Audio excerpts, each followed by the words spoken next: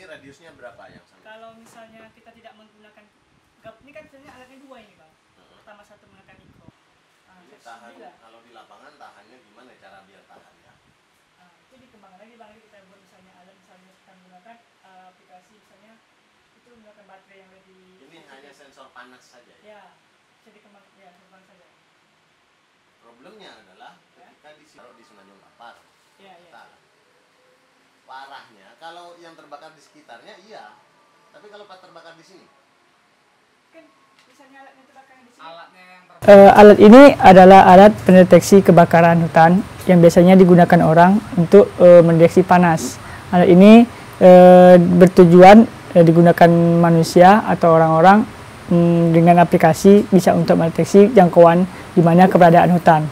Yang pertama dilakukan itu adalah kita mengeset atau menyetel pemrograman yang ada di dalam sini.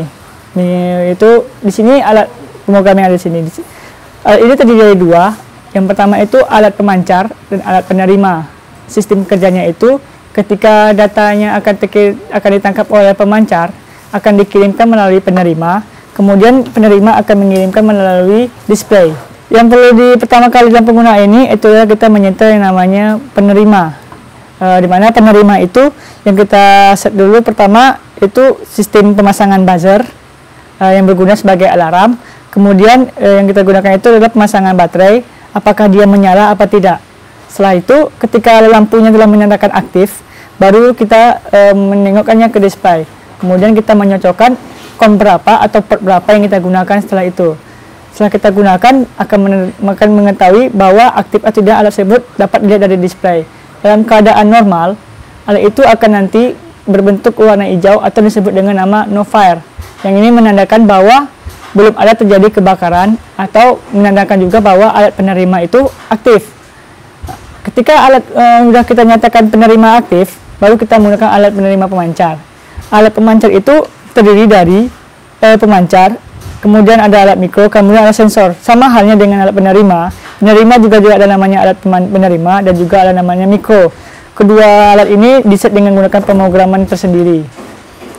Untuk menggunakan dia atau menggunakan alat pemancar itu adalah dengan cara memasangi baterai atau power supply yang ada di dalam modul pemancar, menandakan bahwa aktif atau tidaknya akan terlihat di modul pemancar itu tanda lampu aktif.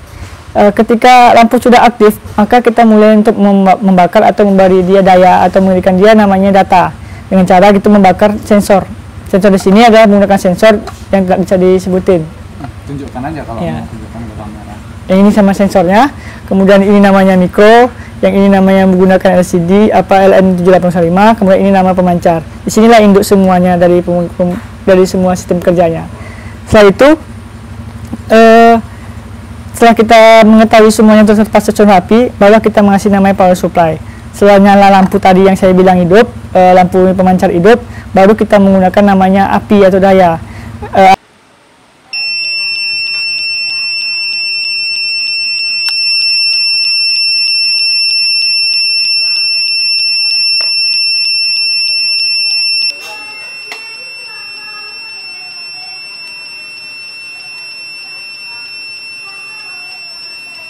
Zoom in, tulisan fire aja ya.